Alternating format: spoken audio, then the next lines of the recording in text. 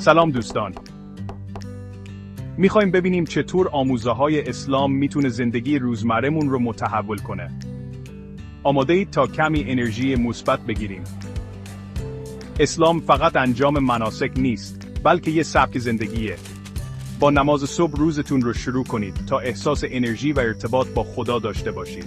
به خاطر چیزهای کوچیک بگید الحمدلله و شکرگزاری کنید تا ببینید چطور ذهنتون مثبت میشه.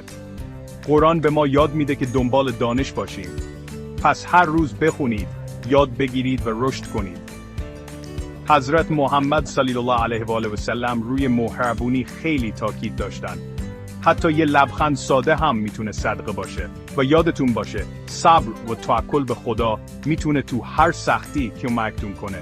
این آموزه ها رو تو زندگیتون به کار ببرید و تاثیر فوق العاده‌اش رو ببینید. در پناه خدا باشید.